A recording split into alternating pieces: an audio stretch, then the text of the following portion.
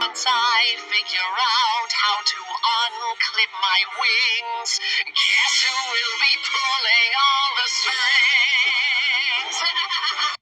My, Alastor, as it would seem you've been planning, and for quite some time. Hello everybody, my name is the Prince of FNAF, and if you watch Hazbin Hotel or you're familiar with the show, I'm sure you need no introduction to Alastor, everybody's favorite radio demon.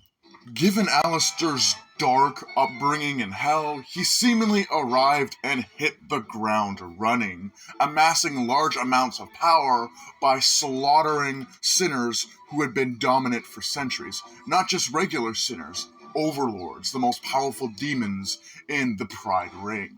Alastor quickly became known as the Radio Demon because his radio broadcast would be filled with the tortured and agonizing screams of the overlords who he had killed.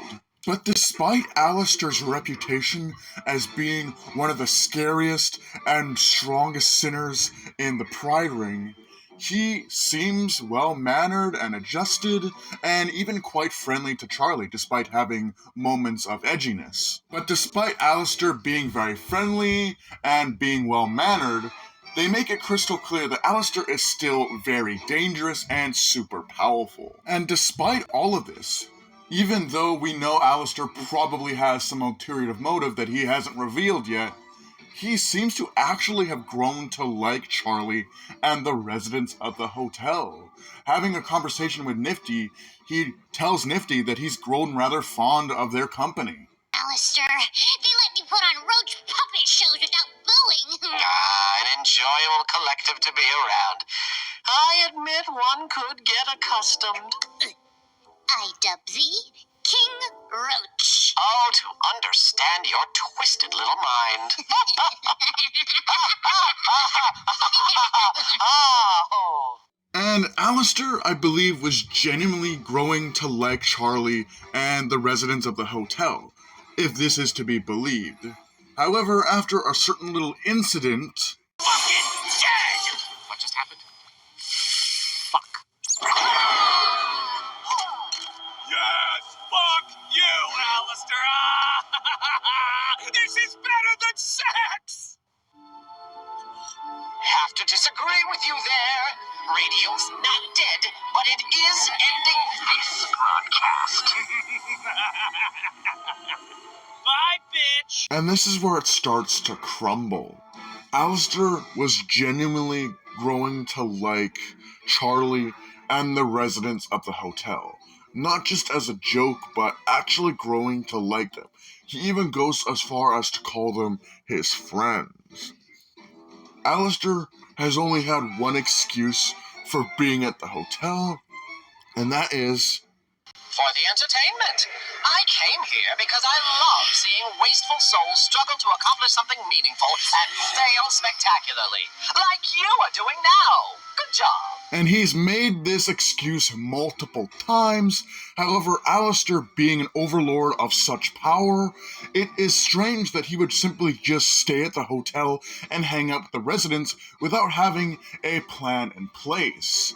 And this is further backed up because just before the final battle, a day prior, Alastor makes a deal with Charlie. Not a soul deal, but just a deal that would have Charlie help him with something later down the line, in which she would not kill for him, just a little favor. And in return, he would give Charlie the information he found out about how to kill angels. My soul? Your soul? Heavens no! All I need from you is one itty-bitty favor. Do we have a deal? Deal.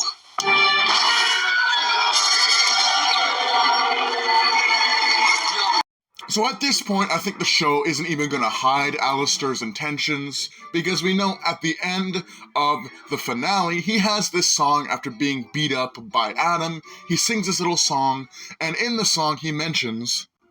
That is not where this ends. I'm hungry for freedom like never before. The constraints of my deal surely have a back door. Once I figure out how to unclip my wings, guess who will be pulling all the strings? So it's pretty obvious that Alastor is being set up, maybe not to be a full villain, but definitely an antagonist in Season 2. And we now know that Alastor, yes, does have ill will, and he does have an evil plan in the works. He is currently trying to get out of his deal, and that he made a deal with Charlie probably to help him out of his deal, or help him with his evil plan in the future. Even the contract of Alastor and Charlie's deal states that Alastor does not want Charlie to hurt or kill anybody for him, but she will have to do a favor for him further down the line at a moment of his choosing. And while Alastor's plans are not fully revealed to us yet, other than we know that he's planning something, it is believed within the Hazbin Hotel and Hell of a Boss community that he actually wants to have Charlie relinquish control of the hotel to him. At this point, Alastor has been playing his cards safely. He has been in the background helping out, yes, but more or less goofing around, until he could finally put his plan into motion. He waited for the perfect time to make a deal with Charlie, earning her trust, and then when she was at her lowest, offering a way to help her. However, it is safe to assume that Charlie will break again, and given their deal, you will help me at a time of my choosing, and no one will get hurt. What if Alastor uses this deal when she inevitably breaks down again to allow Charlie to give him the hotel so that he now has control over who gets to stay and who gets to leave and go to heaven? Alastor is eventually gonna find out that Serpentius went to heaven, probably through Charlie, and with that in mind, Alastor is most definitely gonna want control of the hotel. Let's look at what he's done for the hotel throughout the first season. He offered the hotel staff, he renamed the hotel, he even added some creative liberties to the hotel structure, even adding himself a little radio studio. So it seems like Alastor has put a lot of time and effort into the hotel, and we don't really have a reason, unless he does indeed want Charlie to relinquish control of the hotel to him. As during his little segment in The Show Must Go On, he mentions how he wants to control all the strings, and he laughs maniacally while uttering this part of his song, which leads people to believe that he obviously has sinister intentions, maybe not specifically for Charlie, but he does want to control the pride ring, as it would seem. Another thing that personally I came up with is that maybe Alastor isn't intentionally trying to hurt Charlie.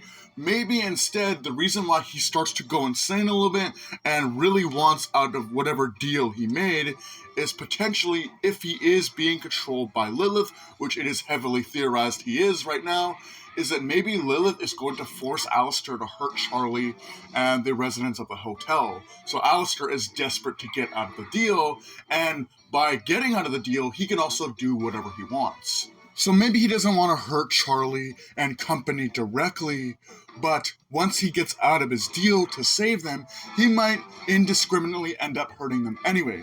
As we know, Alastor wants to be in control, he wants to be the puppet master, so to speak, and I can definitely see him, once getting out of this deal, going after Lucifer and becoming the literal king of hell. Because let's remember, Alastor has been playing nice, probably due to the deal that he has made. And once freed, Alastor can continue to be the most powerful overlord in the Pride Ring, and the reason why I say he'll probably go after Lucifer is Alastor seems to apparently hate Lucifer entirely. So it would make sense that maybe Alastor wants to crush Lucifer under his foot so that he can now become the indispute controller of all of hell, not just the Pride Ring. But with that being said, let me know what you guys think in the comments below. Do take care, have a great night, and I'll see you in the next video.